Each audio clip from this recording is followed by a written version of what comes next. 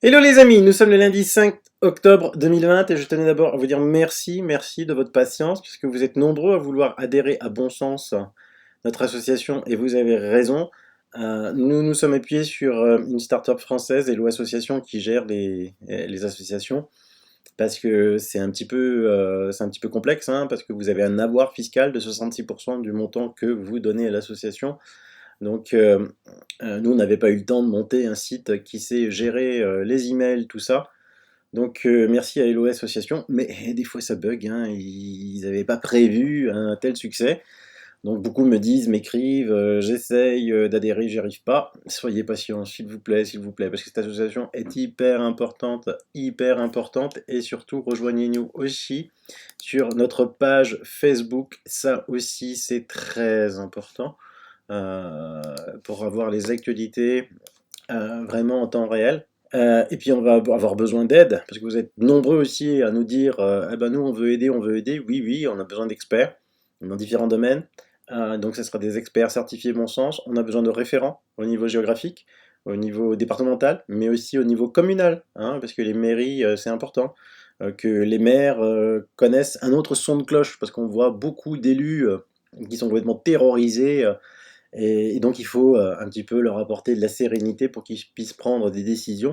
Autre chose que BFM, parce qu'en face, la pandémie marche à plein, quoi, hein. Quand on voit qu'un Premier ministre dit que la crise sanitaire risque de s'installer dans la durée, on se dit, c'est quoi? Il a fait quoi, lui? Il a fait devin, il voit l'avenir, il a lu dans sa boule de cristal, parce que tous les experts sur lesquels nous on s'appuie, de véritables experts, des gens qui ont soigné, des gens qui ont en plus des taux de guérison extraordinaires, comme le professeur Perron, comme le professeur Raoult, on les écoute pas.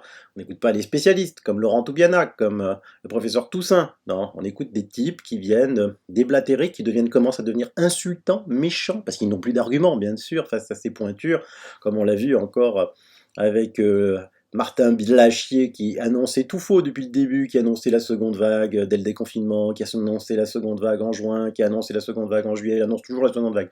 Elle arrive jamais. Et là, il dit oui, oui, elle arrive. Non, non, elle arrive pas. Non, il n'y a pas de seconde vague, comme vous l'a expliqué l'excellente Martine Vonner à l'Assemblée nationale. Elle n'a jamais vu des personnes qui étaient en réanimation alors qu'elles avaient juste besoin de 3 litres d'oxygène, hein. Alors pourquoi ça? Parce que tout ça, c'est une politique de la peur. Une politique de la peur, parce que quand vous voyez qu'en Australie, c'est partout, regardez cet article, Covid-19, comme à Paris, les mesures restrictives se renforcent dans les grandes capitales européennes. C'est tous des perroquets, ils répètent tous la même chose, ils veulent tous arriver à la même chose. Alors, ils veulent arriver à quoi? Regardez ce tweet. Je vous suis d'Australie où cela fait 7 mois que nous sommes confinés avec des cas positifs qui varient entre 5 et 14 cas. État du Victoria. Les Australiens dorment et une loi digne de celle d'Hitler risque de passer mi-octobre permettant à quiconque ne respectant pas les consignes liberticides de l'État d'aller en prison sans jugement et indéfiniment de prendre vos enfants jusqu'à une période de 30 mois. Cela se fera en ayant des officiers de santé qui peuvent vous dénoncer sur suspicion. Ils mettent tout en place pour forcer les gens à la vaccination massive, les médias testent, tous les médecins qui s'indignent, vous avez le docteur Perron, Raoult, Toubiana, Toussaint, révoltez-vous ou ce sera la fin. Révoltez-vous, ne devenez pas comme l'état du Victoria en Australie. Révoltez-vous, réveillez-vous, sinon le psychopathe en chef, hein, qui souhaite que les gens disent que les gens comme moi communiquent trop, ils disent trop de choses négatives et se posent trop de questions sur leur vaccin et leur composition. Il appelle les réseaux sociaux à censurer. Et on le voit qui s'énerve. On le voit avec le petit Blachier là qui s'énerve face à Toussaint. Regardez l'excellente vidéo que je vous avais déjà mise partout sur tous les réseaux sociaux d'Éric Remacle. Réveil d'un coma de 9 mois en 2020. T'inquiète pas, elle est excellente cette vidéo. Par l'humour, on arrive à faire passer des choses. J'ai demandé à Julien, un fils de pangolin, de me traduire pour vous cette extraordinaire vidéo d'un avocat allemand réputé pour ses procès pour corruption contre la Deutsche Bank et Volkswagen et maintenant membre du comité d'enquête allemand Corona, dit que les responsables du scandale de fraude Covid devraient être jugés pour probablement le plus grand crime contre l'humanité de l'histoire, hein. Merci à Julien d'avoir fait l'effort de traduire cette vidéo. Il faut absolument la regarder. Et il faut absolument la partager, hein. Parce que là, ils accélèrent vraiment très fort, tous ensemble, alors qu'il n'y a plus rien. Moi, je peux vous dire qu'en Alsace, on est en zone rouge, rouge. On doit porter le masque à l'extérieur. Mais il n'y a rien, les hôpitaux sont vides, je peux vous le garantir. Vous pouvez aller faire un tour dans tous les hôpitaux alsaciens. Ils sont vides de chez vides. Vides, vides. Mais pas qu'en Alsace, hein. Mulhouse, donc évidemment les villes alsaciennes, Mulhouse, Colmar, Sélestat, Strasbourg, mais aussi Metz, Nancy, ils sont vides. Vides. Donc, quand on va demander à la préfète, mais pourquoi encore des restrictions alors qu'on n'est pas en zone rouge, on a un taux d'incidence très faible, on a un taux d'incidence de 40. 40 cas, hein, c'est rien pour 100 000 habitants. Et vous savez ce qu'elle répond, la préfète? Ah, mais oui, mais moi, on me dit que c'est rouge, donc c'est rouge. On en est là. On en est là. Et vous savez quoi? Ils ont annulé les sessions du Parlement à Strasbourg pour le mettre à Bruxelles. Vous savez le taux d'incidence à Bruxelles? 400. 40 à Strasbourg, 400 à Bruxelles. Ils vont à Bruxelles. Le bon sens, là, il vous dit quoi? Il vous dit quoi, sincèrement? Hein, ça va la tête, hein. Et pourquoi ça? Mais parce que, en fait, est-ce que vous le savez peut-être pas, hein, mais depuis le 14 septembre, l'assurance Amélie donne une prime en plus aux médecins de 30 euros. Il faut déjà savoir que quand vous allez en consultation, que c'est une consultation, parce que là, ça va être l'époque bientôt de la grippe, hein. Si vous avez une grippe, vous allez payer 23 euros. Si vous avez le Covid, vous allez payer 55 euros. Mais c'est remboursé par la Sécu, donc vous, l'argent ne sort pas de votre poche, hein. Donc le médecin il se dit quoi? Attends, parce qu'entre la grippe et je vous rappelle que le laboratoire Roche a décidé de faire un test pour essayer de déterminer si c'est une grippe ou un Covid. Donc ça veut dire qu'ils ne savent pas, parce que les symptômes d'une grippe et les symptômes d'un Covid, à moins d'être devin comme Castex, vous ne pouvez pas les deviner, hein. Donc le médecin il se dit quoi? Alors si je lui dis que c'est une grippe, je vais toucher 23 euros, mais s'il a le Covid, je vais me faire engueuler, quoi, parce que j'ai laissé quelqu'un contaminer tout le monde. Par contre, si je lui dis que c'est le Covid, qu'il a une grippe, bon, ben, je touche 55 euros, et puis même si c'est une grippe, je vais pas me faire engueuler parce qu'il aura contaminé personne. Mais c'est pas le tout, c'est pas le tout. S'il prescrit des tests et que les tests sont positifs, ce qui est largement le cas en France, puisque vous savez que le taux de cycle est, on n'arrive pas à le savoir, donc c'est très élevé, mais il va toucher une prime encore de 30 euros. 30 euros. Ça veut dire que pour une consultation, il va pouvoir toucher 55 plus 30, 85, à la place de 23. Moi, je dis ça, je dis rien. Mais en plus, l'hôpital, lui, ben, qu'est-ce qu'il va faire, l'hôpital? Eh bien, l'hôpital, figurez-vous, il va toucher ce qu'on appelle une T2A, une tarification à l'activité modèle, qui est le système qui est mis en place maintenant, hein. Avant, il y avait un prix à la journée, il y a 20 ans. Maintenant, c'est comme ça. Il va toucher 4500 euros. Donc, en fait, quand Martine Bonner dit qu'il y a en réanimation des gens qui ont à peine besoin de 3 litres d'oxygène et qu'ils n'ont pas besoin d'être en réa, ouais, mais l'hôpital touche 4500 euros pour le séjour Covid. Sinon. Alors on va faire un tour parce que BFM dit. BFM, vous savez là. The best fake news media, elle dit quoi BFM? Elle dit que des signes de tension dans les hôpitaux d'Île-de-France. Bon, ça c'est un article de 29, hein, j'ai vite fait. Maintenant aujourd'hui ça va être rouge parce que ça paraissait rouge écarlate en Île-de-France. Des signes de tension. Bah écoutez, ça tombe bien. J'ai une amie qui a été à l'hôpital Ambroise Paré à Neuilly ce week-end. Je vous emmène faire un tour, hein. Allez, je vous montre déjà à l'extérieur pour vous dire à quel point il y a une tension. Ça c'est supposé être la queue pour rentrer à l'hôpital. Ah, ça c'est samedi matin, hein. Franchement, attention, il n'y a pas grand-chose, hein. Allez, on rentre. Alors là, c'est l'accueil. Bah, grosse tension, énorme tension. Et bien ici, on va rentrer dans l'hôpital. Alors je coupe le son pour que, évidemment, on ne le reconnaisse pas. Donc, ben, c'est un petit peu vide, hein, il n'y a pas grand monde. Il y a une personne au fond qui attend un ascenseur, ça c'est pas mal. Donc, comme il n'y a personne et que c'est mal indiqué, signe de haute tension, ben, on va essayer de demander à quelqu'un. Donc la personne m'a dit que chaque fois qu'elle croisait un médecin, ils avaient le masque sous le nez. Alors après, quand elle la voyait, elle mettait vite, vite, vite, vite le masque sur le nez. Donc là, on y va. Ah, quelqu'un au fond. Chouette. Accueil. Oula, guide. Sont en très haute tension, comme vous pouvez le constater. Vide de chez vide. Ben là, c'est toujours aussi vide. Les boutiques sont fermées. Faire peur, parce qu'il y a le Covid. Et c'est vraiment vide. On est samedi matin, hein, il est 9h, hein, il n'est pas non plus 4h du matin. On marche, on marche. Pas âme qui vive, pas âme qui vive. Ah, deux personnes qui sortent. L'accueil est nouveau. Personne. On sort. Toujours personne. Toujours personne.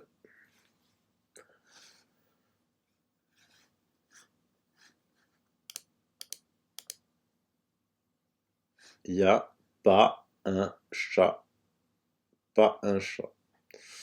Donc cette personne a discuté avec des médecins qui ont dit qu'ils avaient 0 de chez 0.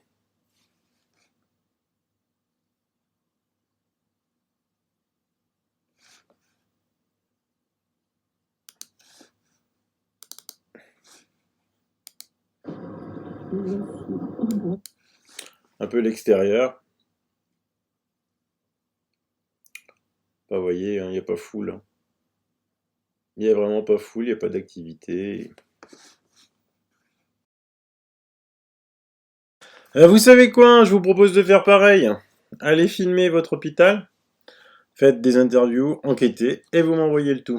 Silvano Trotta, silvano.trotta, icloud.com, @icloud.com. Par 8 transferts ou par grosfichier.com si c'est trop lourd. Et moi, je les passerai à l'antenne. Allez, la surprise du jour. Mais ça, on le dit depuis des mois et des mois sur cette chaîne. Les statistiques tiennent une surprise. Une surprise pour eux, hein. Les verrouillages, les lockdowns peuvent avoir eu peu d'effet sur la propagation du Covid-19. Non, mais tu déconnes, c'est vrai.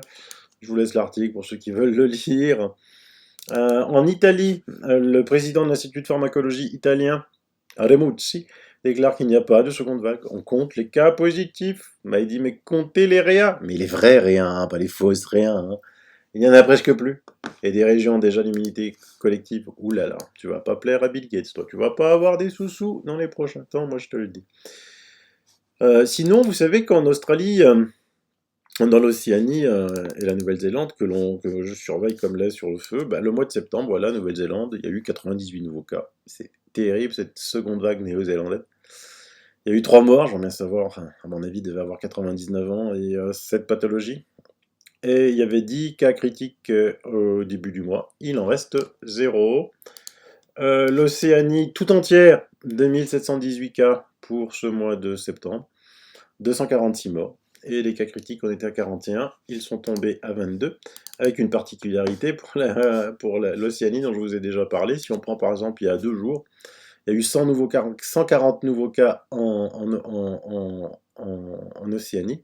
Mais 124 cas qui viennent de la Polynésie française, qui fait 280 320 habitants, et donc qui totalise à elle seule quasiment tous les cas. Décidément, quand on est français, il y a un problème.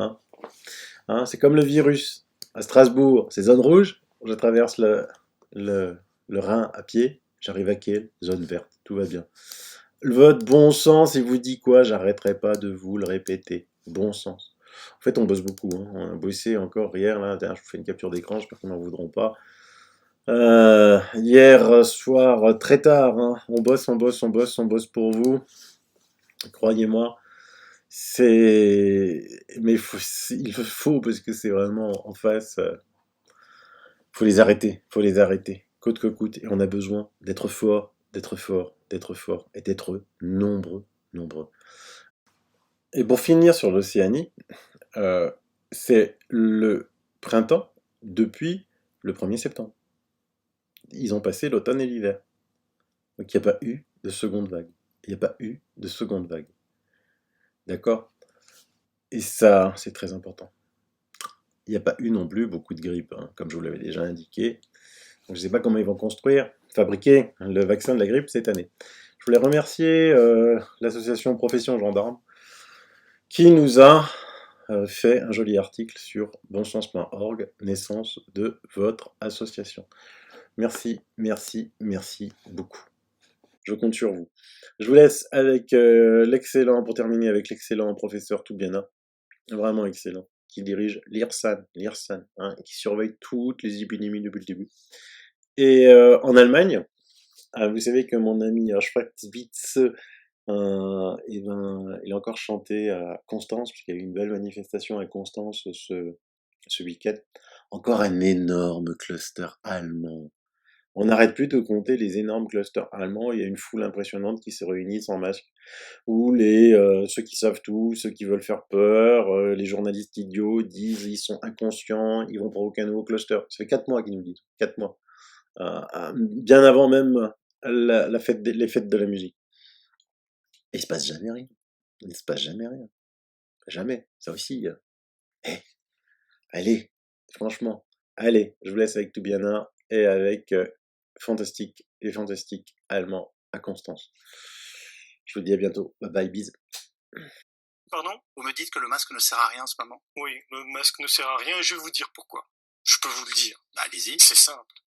Le masque ne sert à rien, mais en disant ça, je dis un truc énorme. Je le sais très bien parce qu'il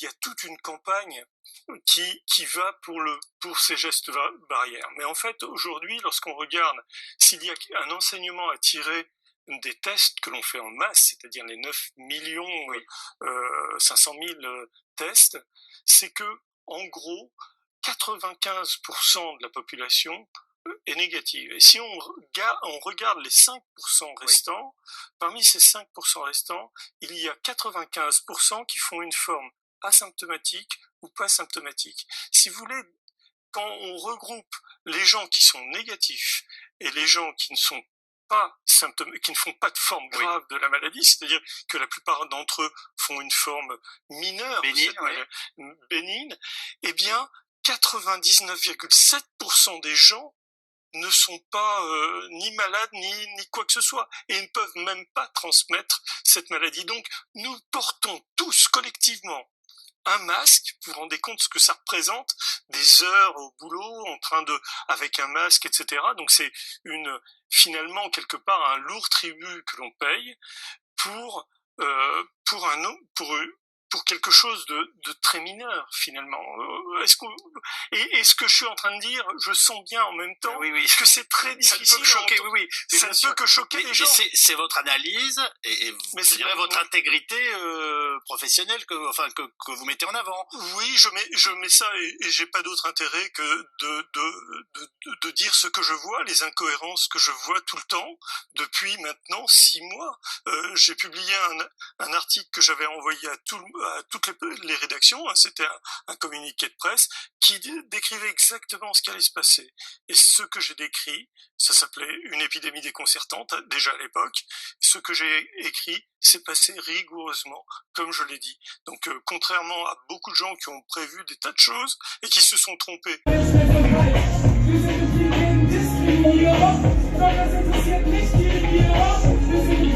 Manipulation.